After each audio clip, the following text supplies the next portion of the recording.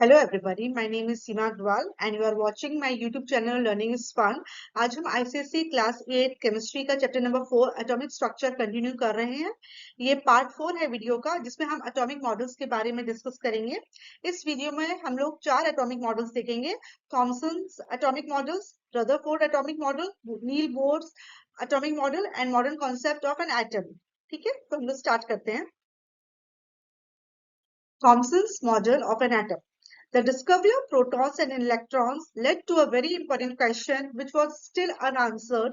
The question was about the arrangement of electrons and protons in an atom. It was considered necessary to know how the electrons and protons are arranged within an atom. जब protons और electrons की discovery हो गई तो एक बहुत बड़े question का जवाब ढूंढना बाकी रह गया था। वो ये था कि किस तरीके से electrons और protons atoms के अंदर arranged रहते हैं। तो इसलिए इस सवाल का जवाब ढूंढना बहुत जरूरी हो गया कि किस तरीके से सब एटॉमिक पार्टिकल्स, इलेक्ट्रॉन्स और प्रोटॉन्स एटम के अंदर अरेंज होते हैं। आपको पता है कि इस वक्त तक सिर्फ दो ही सब एटॉमिक पार्टिकल्स की डिस्कवरी हुई थी, वो था इलेक्ट्रॉन्स और प्रोटॉन्स। जब थॉमसन का मॉडल आया एटम का, उस वक्त न्यूक्लियस की और न्यूट्रॉन्स की डिस्कवरी नहीं हुई थी। तो थॉमस ने जो मॉडल दिया एटम का, वो सिर्फ उसमें ये बताया उन्होंने कि एटम के अंदर प्रोटॉन्स और इलेक्ट्रॉन्स किस तरीके से अरेंज रहते हैं।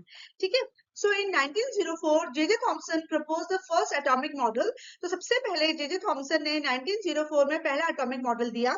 This model was called the plum pudding model. इसी मॉडल को हम प्लम पुडिंग मॉडल भी कहते हैं। In this model only electrons and protons were present. जैसे मैंने आपको बताया कि इस समय तक सिर्फ प्रोटॉन्स और इलेक्ट्रॉन्स की ही खोज हुई थी, इसलिए इस मॉडल में सिर्फ इलेक्ट्रॉन्स और प्रोटॉन्स के बारे में ही बताया गया है कि एटम के अंदर इलेक्ट्रॉन्स और प्रोटॉन्स किस तरीके से प्रेजेंट रहते हैं। According to Thomson, each atom was a sphere of positive charge with electrons of negative charge embedded in it. Thomson के हिसाब से हर एक एटम एक गोला है पॉजिटिव चार्ज का, एक स्फीयर है पॉजिटिव चार्ज का, और उसमें इलेक्ट्रॉन्स यानी कि नेगेटिव चार्ज एम्बेडेड है। ठीक है, मतलब पूरा स्फीयर है पॉजिटिव चार्ज का और उसमें कहीं कहीं पर नेगेटिव चार्ज प्रेजेंट है। जैसे आपको इस डायग्राम में दिख रहा है कि जो रेड स्फीयर दिख रहा है वो पॉजिटिवली चार्ज प्रोटॉन्स का है और इसमें बीच बीच में आपको नेगेटिव चार्ज इलेक्ट्रॉन्स दिख रहे हैं। The model resembled a plum pudding where a proton was the pudding and electrons were embedded in it like plums.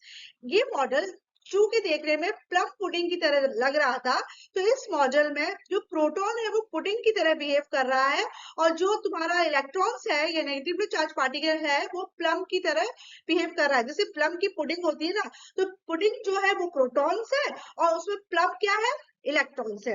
मतलब अगर आप इसको सामान्य भाषा में समझो तो जैसे खीर में मेवे डले रहते हैं, तो खीर क्या हो गई, प्रोटॉन्स, और जो मेवा या ड्राई फ्रूट्स है वो क्या हो गए, इलेक्ट्रॉन्स। ठीक है, बिल्कुल उसी तरीके से इस मॉडल को उन्होंने डिस्क्राइब किया।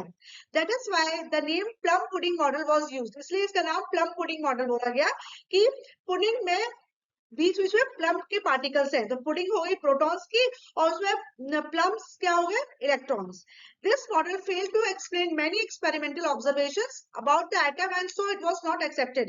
हालांकि ये मॉडल बहुत सारे एक्सपेरिमेंटल ऑब्जर्वेशंस को प्रूव नहीं कर पाया, इसलिए ये मॉडल ज्यादा चला नहीं और ये इसको एक्सेप्ट नहीं किया गया, क्योंकि पहली बात तो इसमें तीसरे सब एटॉमिक पार्टिकल्स, न्यूट्रॉन्स या न्यूक्लियस की तो कोई डिस्कशन ही नहीं है, तो आगे चल के इस मॉडल को डिस्कार्ड कर दिया गया। लेकिन अगर पूछा जाए कि first model of an atom क्या है, तो थॉमसन का plum pudding model first model of atom है, जिसमें दो ही सब एटॉमिक पार्टिकल्स, प्रोटॉन्स और इलेक्ट्रॉन्स के बारे में डिस्कस किया गया है।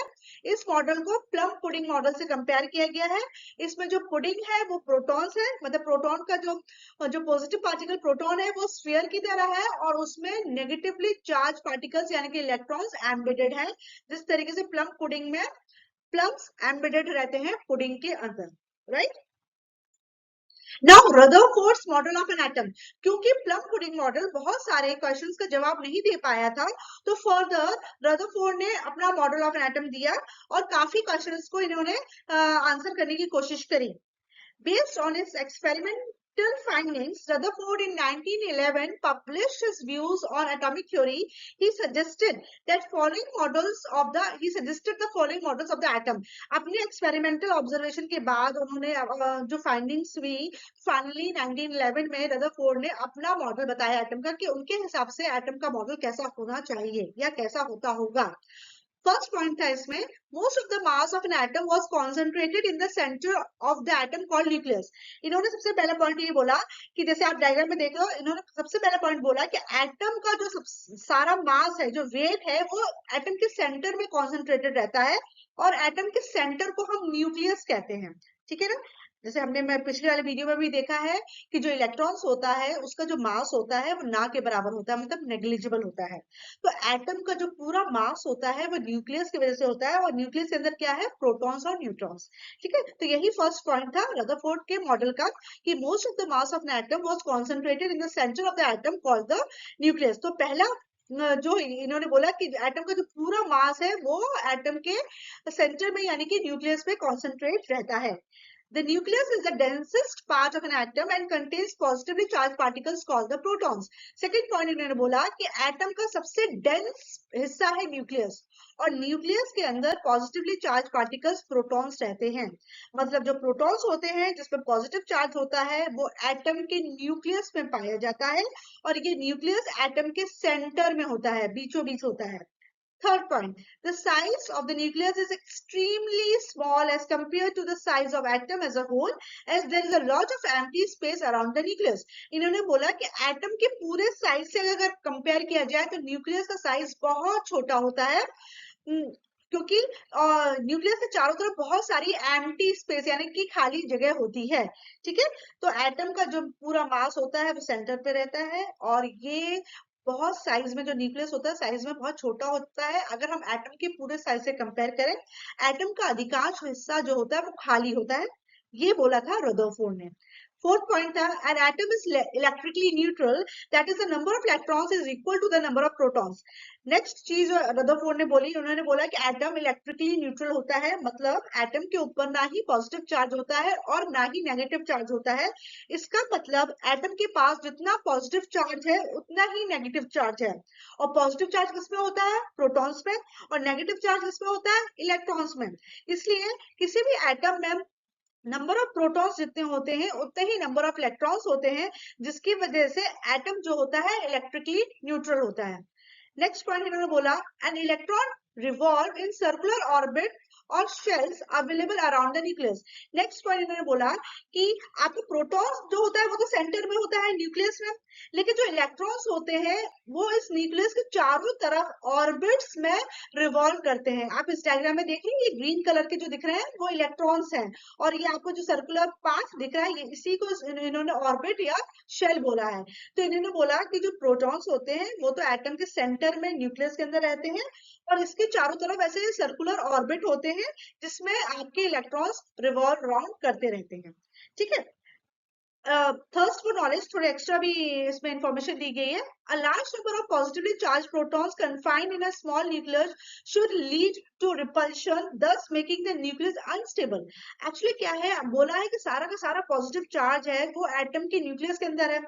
जब इतना सारा पॉजिटिव चार्ज पास पास आ जाएगा तो आपको पता है ना कि जो लाइक चार्जेस होते हैं they repel each other.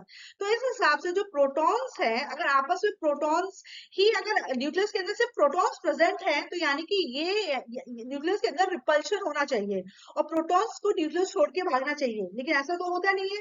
But nucleus is stable, ऐसा नहीं होता है, प्रोटॉन्स आराम से न्यूक्लियस के अंदर रहते हैं, भले ही सारे प्रोटॉन्स पॉजिटिवली चार्ज है लेकिन वो आराम से न्यूक्लियस के अंदर अरेंज रहते हैं। तो ऐसा कैसे पॉसिबल है, क्योंकि like charges repel each other. तो इस हिसाब से सारे पॉजिटिव चार्ज को आपस में रिपेल होना चाहिए, लेकिन वो रिपेल नहीं कर रहे हैं। तो what is the reason behind this? Rutherford explained that protons in the nucleus are acted upon by the attractive nuclear forces that balances the repulsion in protons, thus the nucleus is stable. Rutherford ने बोला कि जो proton का repulsion है वो nucleus का जो attractive force है उससे नलिफाई हो जाता है, मतलब न्यूक्लियस इसको अट्रैक्ट कर रहा है और प्रोटॉन आपस में रिपेल कर रहा है, तो ये अट्रैक्शन और रिपल्शन आपस में बैलेंस हो जाता है जिसकी वजह से न्यूक्लियस स्टेबल रहता है। ठीक है, तो ये एक पॉइंट आया था कि अगर न्यूक्लियस के अंदर सिर्फ पॉजिटिव चार्ज होता है, सिर्फ प्रोटॉन्स ही पॉजिटिव चार्ज पार्टिकल्स उसके अंदर प्रेजेंट है, तो ये तो आपस में रिपेल करके न्यूक्लियस को अनस्टेबल कर देना चाहिए, लेकिन ऐसा नहीं होता है। तो रदरफोर्ड ने इसका एक्सप्लेनेशन ये दिया था कि जो प्रोटॉन्स का आपस में जो रिपल्शन है वो न्यूक्लियस का जो अट्रैक्टिव फोर्स है उससे नलिफाई हो जाता है, और जिसकी वजह से न्यूक्लियस जो होता है स्टेबल हो जाता है। अच्छा, एक लिमिटेशन है रदरफोर्ड मॉडल की। एक क्वेश्चन था जिसका जवाब ये नहीं देख पाए थे, जिसकी वजह से फिर दूसरा मॉडल ऑफ एटम आया था। वो क्या था इनका limitation? Rutherford model of an atom did not explain the stability of an atom. वो एटम की स्टेबिलिटी को एक्सप्लेन नहीं कर पाए थे। क्या है ये? Positively charge nucleus and negatively charge electrons would attract each other. आपको पता है ना, जो अनलाइक चार्जेस होते हैं वो unlike charges attract each other, मतलब जो अपोजिट चार्जेस होते हैं वो आपस में एक दूसरे को अट्रैक्ट करते हैं। प्रोटॉन्स पॉजिटिवली चार्ज है, इलेक्ट्रॉन्स नेगेटिवली चार्ज है। इस हिसाब से इलेक्ट्रॉन्स और प्रोटॉन्स को एक दूसरी तरफ अट्रैक्ट होना चाहिए, मतलब ये इलेक्ट्रॉन आके प्रोटॉन में मिल जाना चाहिए, लेकिन ऐसा नहीं होता है। An electrically charged particle in motion releases energy, and therefore the electron should lose energy and get attracted towards the nucleus, leading to the total collapse of an atom. इन्होंने बोला था कि न्यूक्लियस जो प्रोटॉन्स होते हैं वो nucleus में रहते हैं और इलेक्ट्रॉन्स इनके चारों तरफ ऑर्बिट में चक्कर लगाता रहता है। लेकिन हमको जैसे कॉमन सेंस से हम ये जानते हैं, अगर कोई भी चीज ऐसे चक्कर लगाता है तो अल्टीमेटली वो एनर्जी लूज करता है, और एक टाइम ऐसा आना चाहिए कि इलेक्ट्रॉन्स न्यूक्लियस के चारों तरफ चक्कर लगाते लगाते लगाते उसकी एनर्जी लूज करता रहेगा, और एक टाइम ऐसा आना चाहिए कि इलेक्ट्रॉन्स आके प्रोटॉन्स के अंदर ही मिल जाने चाहिए। लेकिन रियलिटी में ऐसा नहीं होता है। रियलिटी में हम ये देखते हैं कि इलेक्ट्रॉन्स लगातार चक्कर लगाते रहते हैं, वो अपने ऑर्बिट में ही रहते हैं, वो आके न्यूक्लियस में आके मिलते नहीं है। तो इसका क्या जस्टिफिकेशन है? ये जस्टिफिकेशन रदरफोर्ड नहीं दे पाए थे। एक बार फिर से हम देखते हैं क्या लिमिटेशन है। क्या है? रदरफोर्ड ने बोला था कि जो प्रोटॉन्स होते हैं वो न्यूक्लियस के अंदर रहते हैं, इलेक्ट्रॉन्स जो नेगेटिवली चार्ज है वो न्यूक्लियस के चारों तरफ ऑर्बिट में रिवॉल्व करते रहते हैं। अगर इस हिसाब से देखा जाए तो जब इलेक्ट्रॉन्स रिवॉल्व कर रहे हैं अपने ऑर्बिट में तो कंटिन्यूअसली वो अपनी एनर्जी लूज करेंगे, क्योंकि ये अपोजिट चार्ज का है, और ये जो इलेक्ट्रॉन है वो प्रोटॉन की तरफ अट्रैक्ट होगा, और एक स्टेज ऐसी आएगी कि इलेक्ट्रॉन एनर्जी लूज करते करते करते करते आके न्यूक्लियस में ही आके मिल जाएगा। लेकिन रियलिटी में ऐसा नहीं होता है। तो ऐसा क्यों नहीं होता है, ये चीज का एक्सप्लेनेशन रदरफोर्ड नहीं दे पाया। But this does not happen. An explanation to this problem was provided by Niels Bohr, a Danish physicist. इसका जवाब रदरफोर्ड तो नहीं दे पाए, लेकिन दूसरे जो एक डैनिश फिजिसिस्ट थे नील्स बोर, उन्होंने इसका जवाब दिया। ही suggested that electrons possess a specific amount of energy and are arranged in a succession of energy levels or orbits that allow them to revolve around the nucleus. इन्होंने नील Bohr ने बताया था कि क्यों इस तरीके से नहीं होता है, एटम स्टेबल क्यों होता है, क्यों इलेक्ट्रॉन्स आके न्यूक्लियस में नहीं गिरता है। इसलिए क्योंकि जो इलेक्ट्रॉन्स होते हैं वो डिफरेंट ऑर्बिट्स में अरेंज होते हैं, हर एक ऑर्बिट का अपना एनर्जी लेवल होता है, और जब इलेक्ट्रॉन के पास जितनी एनर्जी होती है वो उस एनर्जी लेवल में रहता है, और उसी में चारों तरफ वो घूमता रहता है, और ना ही एनर्जी लूज करता है ना ही गेन करता है। ठीक है, इसलिए उसका एटम का जो स्ट्रक्चर होता है वो स्टेबल होता है। तो an explanation to this problem was provided by Niels Bohr. He suggested that electron possesses a specific amount of energy and are arranged in a succession of energy levels or orbits that allow them to revolve around the nucleus. तो वो अपनी energy के हिसाब से अलग अलग level में arrange होते हैं, जिसके बाद जितनी ज्यादा एनर्जी होती है वो उतने दूर वाले लेवल में रहता है। ठीक है, तो ये एक्सप्लेनेशन रदरफोर्ड का था। उसकी लिमिटेशन क्या थी वो हमने इसमें देखा, और फिर इसको किस तरीके से नील बोर ने जस्टिफाई किया वो हमने स्लाइड में देखा। Now further, Neil Bohr's model of an atom, यही जो नील बोर ने जो जब रदरफोर्ड एटम की स्टेबिलिटी को एक्सप्लेन नहीं कर पाए तो नील बोर ने उनकी उसकी स्टेबिलिटी को एक्सप्लेन किया, और फिर इन्होंने अपना मॉडल बताया कि इनके हिसाब से एटम को किस तरीके से होना चाहिए, एटम का स्ट्रक्चर किस तरीके का होगा। In 1913, Niels Bohr, a Danish physicist, proposed a modified version of Rutherford's atomic model. The main features of the model are as follow. इन्होंने रदरफोर्ड के एटॉमिक मॉडल को ही थोड़ा मॉडिफाई किया और बताया कि इनके हिसाब से एटम किस तरीके से होता है। फर्स्ट पॉइंट था electrons revolve around the nucleus in fixed circular orbits और shells. They move the same way as planet revolve around the sun. Nil Bohr ने भी बोला कि जो एटम में जो इलेक्ट्रॉन्स होते हैं वो न्यूक्लियस के चारों तरफ अपने फिक्स्ड ऑर्बिट्स में रिवॉल्व करते हैं। ठीक उसी तरीके से जैसे हमारे सोलर सिस्टम में हम देखते हैं ना कि सन के चारों तरफ प्लैनेट्स अपने ऑर्बिट में रिवॉल्व करते हैं। इन्होंने बोला ठीक इसी प्रकार एटम का भी स्ट्रक्चर होता है। न्यूक्लियस के चारों तरफ इलेक्ट्रॉन्स अपने अपने ऑर्बिट में रिवॉल्व करते रहते हैं, यानी कि घूमते रहते हैं। These shells have a fixed size and energy. इन्होंने बोला इस सेल जो शेल होता है इनका साइज और एनर्जी जो होती है वो फिक्स रहती है। ठीक है कि हर एक शेल का साइज और एनर्जी फिक्स होगी। The shell nearest to the nucleus has a minimum energy and as we go farther the energy increases. इन्होंने बोला जो शेल न्यूक्लियस के सबसे पास है, जैसे शेल नंबर 1 सबसे पास है न्यूक्लियस के, तो इसकी एनर्जी सबसे कम होगी। जब शेल नंबर 2 पर आएगी तो इसकी एनर्जी शेल नंबर 1 से ज्यादा होगी, 3 की और ज्यादा होगी, 4 की और ज्यादा होगी। तो जिस शेल की एनर्जी सबसे ज्यादा है वो न्यूक्लियस से उतना ही दूर होगा, और जिसकी सबसे एनर्जी कम होगी वो न्यूक्लियस के उसके उतना ही पास होगा। तो ये क्वेश्चन पूछा जा सकता है कि कौन से शेल की एनर्जी कम होती है, सबसे कम होती है। तो जो शेल न्यूक्लियस के सबसे नजदीक होता है यानी कि शेल नंबर 1 जिसको हम के भी बोलते हैं, उसकी एनर्जी सबसे ज्यादा कम होती है। ठीक है। Bohr's label the shell as KLMN starting from the innermost shell. Bore ने क्या किया था, इन शेल्स का अल्फाबेटिक नाम दिया था।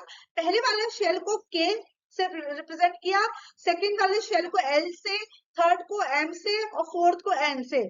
तो ये स्टैंडर्ड पैटर्न है।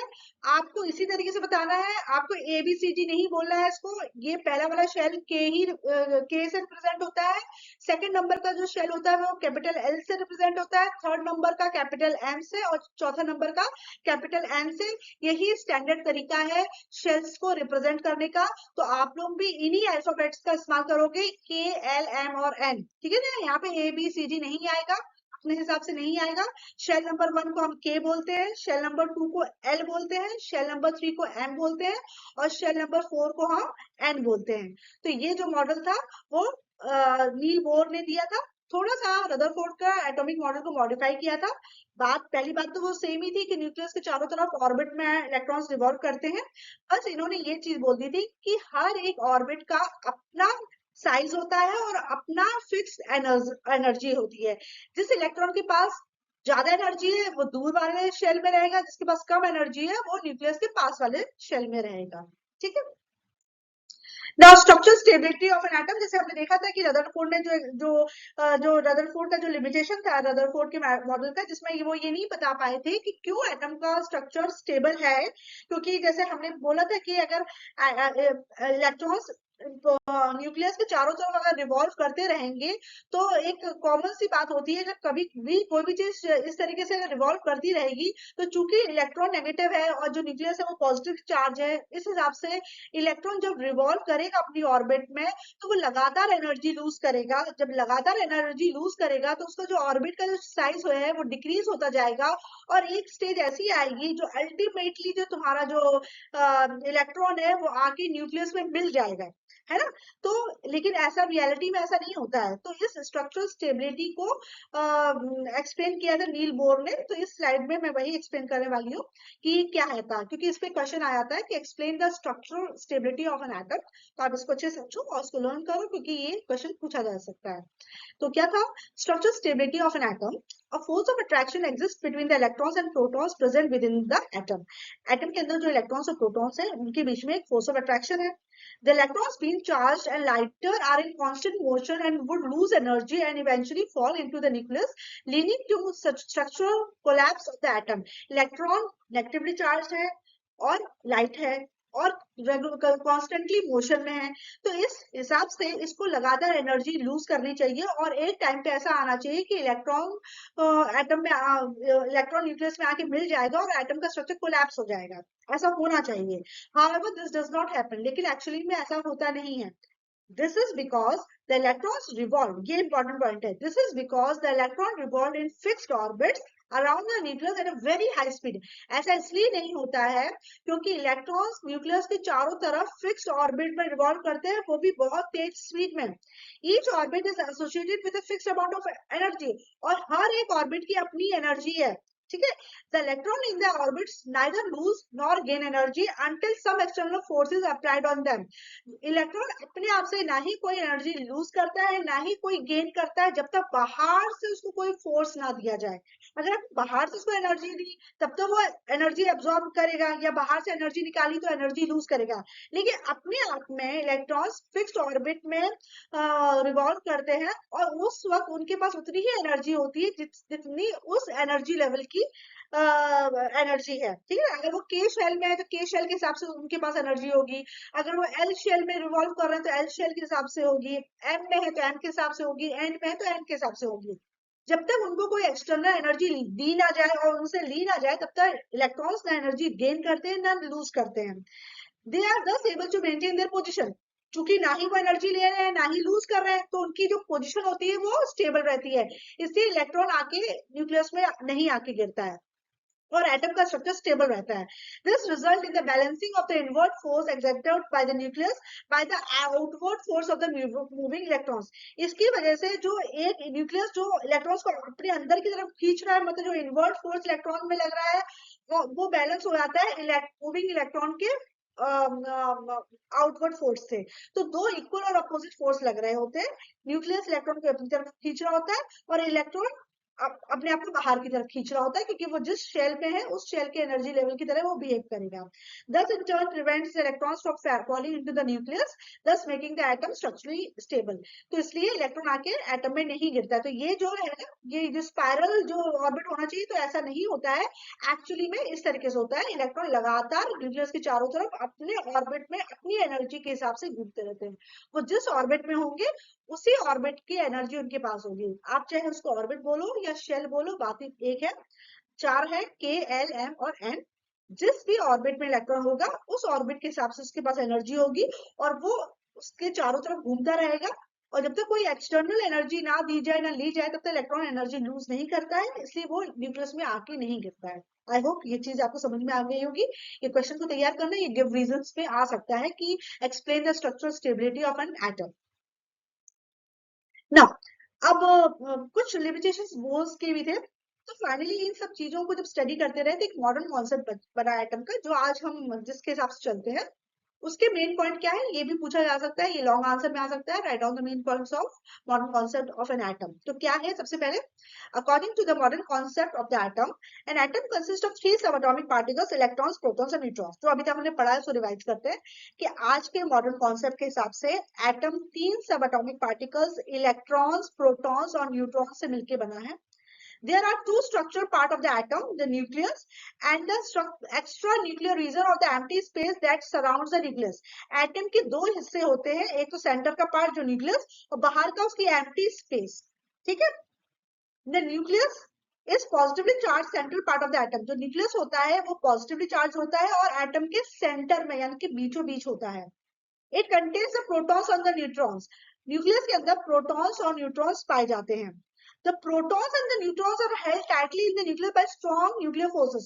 प्रोटॉन्स और न्यूट्रॉन्स आपस में न्यूक्लियस में बहुत स्ट्रॉन्ग न्यूक्लियर फोर्सेस की वजह से अट्रैक्ट रहते हैं। ठीक है ना, एक स्ट्रॉन्ग न्यूक्लियर फोर्स लगता है जो कि प्रोटॉन्स और न्यूट्रॉन्स को न्यूक्लियस के अंदर बांध के रखता है, और प्रोटॉन्स और न्यूट्रॉन्स न्यूक्लियस को छोड़कर नहीं जाते हैं। हमेशा प्रोटॉन्स और न्यूट्रॉन्स एटम के न्यूक्लियस के अंदर ही पाए जाएंगे। The positive charge of the nucleus is due to the protons present in it। Nucleus positively charge क्यों है, क्योंकि इसके पास प्रोटॉन्स है और प्रोटॉन्स पॉजिटिवली चार्ज होता है, जबकि न्यूट्रॉन्स के पास कोई चार्ज नहीं होता है। The neutrons have no charge। The entire mass of the atom is concentrated in the nucleus since electrons have negligible mass। Atom का पूरा मास उसके न्यूक्लियस की वजह से होता है, क्योंकि हमें पता है कि इलेक्ट्रॉन का जो मास होता है वो नेग्लिजिबल यानी कि ना के बराबर होता है, ऑलमोस्ट जीरो मान के हम चलते हैं। तो एटम का जितना भी मास होगा वो मास ऑफ प्रोटॉन्स और न्यूट्रॉन्स को मिला के होता है। Right. The extra nuclear region of an atom consists of electrons which revolve around the nucleus in definite orbit or shell। ये हमने बोला कि एटम के सेंटर में न्यूक्लियस है और न्यूक्लियस के बाहर की जो स्पेस है वो क्या है, एम्प्टी स्पेस है। इस एम्प्टी स्पेस में ऑर्बिट्स हैं और इस ऑर्बिट्स में इलेक्ट्रॉन्स घूमते रहते हैं। ठीक है, दिख रहा है डायग्राम में, एटम्स के न्यूक्लियस के चारों तरफ ऑर्बिट्स बने और ऑर्बिट्स में इलेक्ट्रॉन्स रिवॉल्व करते रहते हैं। Right. Each orbit has a fixed energy level. जैसे हमने पढ़ा कि हर ऑर्बिट का अपना फिक्स एनर्जी लेवल है. The energy level increases as you go away from the nucleus. जैसे आप न्यूक्लियस से बाहर की तरफ जाएंगे तो एनर्जी लेवल बढ़ता चला जाएगा. मतलब सबसे न्यूक्लियस के जो सबसे पास वाला ऑर्बिट है उसकी एनर्जी सबसे कम होगी, उससे दूर वाले की उससे ज्यादा होगी, और जितना दूर आप जाते जाओगे उतनी एनर्जी लेवल उसकी बढ़ती जाएगी. The electron experience an outward pull centrifugal force due to their circular motion. क्योंकि इलेक्ट्रॉन सर्कुलर मोशन में है, इसकी वजह से वो बाहर की तरफ एक आउटवर्ड फोर्स फील करते हैं, इसको हम सेंट्रीफ्यूगल फोर्स कहते हैं. This outward pull is counter balanced by the inward attraction between these electrons and the proton present inside the nucleus. ये जो आउटवर्ड फोर्स है ये बैलेंस होता है एक इनवर्ट फोर्स की वजह से सेंट्रीपिटल फोर्स कहते हैं. और ये फोर्स कौन लगाता है? प्रोटॉन्स और न्यूट्रॉन, जो कि एटम के न्यूक्लियस के अंदर प्रेजेंट रहता है. तो कहने का मतलब है कि दो फोर्स लग रहे हैं, एक बाहर की तरफ लग रहा है, इसको सेंट्रीफ्यूगल फोर्स कहते हैं, और इतना ही फोर्स एक अंदर की तरफ लगता है जिसको हम सेंट्रीपिटल फोर्स कहते हैं. तो ये सेंट्रीफ्यूगल फोर्स है, ये इलेक्ट्रॉन चूंकि ऑर्बिट में रिवॉल्व कर रहा है इसकी वजह से बाहर की तरफ लग रहा है. और जो ये इनर फोर्स है ये तुम्हारा प्रोटॉन्स जो इसको अट्रैक्ट कर रहा है उसकी वजह से ही लग रहा है. तो जो ये दोनों फोर्स बैलेंस रहते हैं जिसकी वजह से जो तुम्हारा एटम है वो अपने फिक्स ऑर्बिट में घूमता रहता है, और ये आके न्यूक्लियस के अंदर आके मिलता नहीं है ना. क्योंकि जैसे आपने टग ऑफ वॉर खेला है ना, टग ऑफ वॉर में क्या होता है, अगर अब दोनों पार्टीज अगर एक जैसा फोर्स लगाती हैं तो ये टग जो होता है वो सेंटर में रहता है, ना इधर जाएगा ना उधर जाएगा. ठीक है ना. तो उसी तरीके से जब इलेक्ट्रॉन्स तुम्हारे एटम्स में के ऑर्बिट से रिवॉल्व करते हैं तो जितना बाहर की तरफ सेंट्रीफ्यूगल फोर्स लगता है उतना ही अंदर की तरफ सेंट्रीपिटल फोर्स लगता है. और ये सेंट्रीफ्यूगल फोर्स और सेंट्रीपिटल फोर्स आपस में बैलेंस कर लेते हैं जिसकी वजह से इलेक्ट्रॉन अपनी पोजीशन में फिक्स रहता है. An atom is electrically neutral as it contains equal number of electrons and protons. Atom electrically neutral है क्योंकि atom के पास जितने इलेक्ट्रॉन्स है उतने ही प्रोटॉन्स है, यानी कि जितना नेगेटिव चार्ज है उतना ही पॉजिटिव चार्ज है. तो बस वो चार्ज कैंसिल हो जाते हैं और एटम के ऊपर कोई भी चार्ज नहीं आता है, ना पॉजिटिव चार्ज आता है ना ही नेगेटिव चार्ज आता है.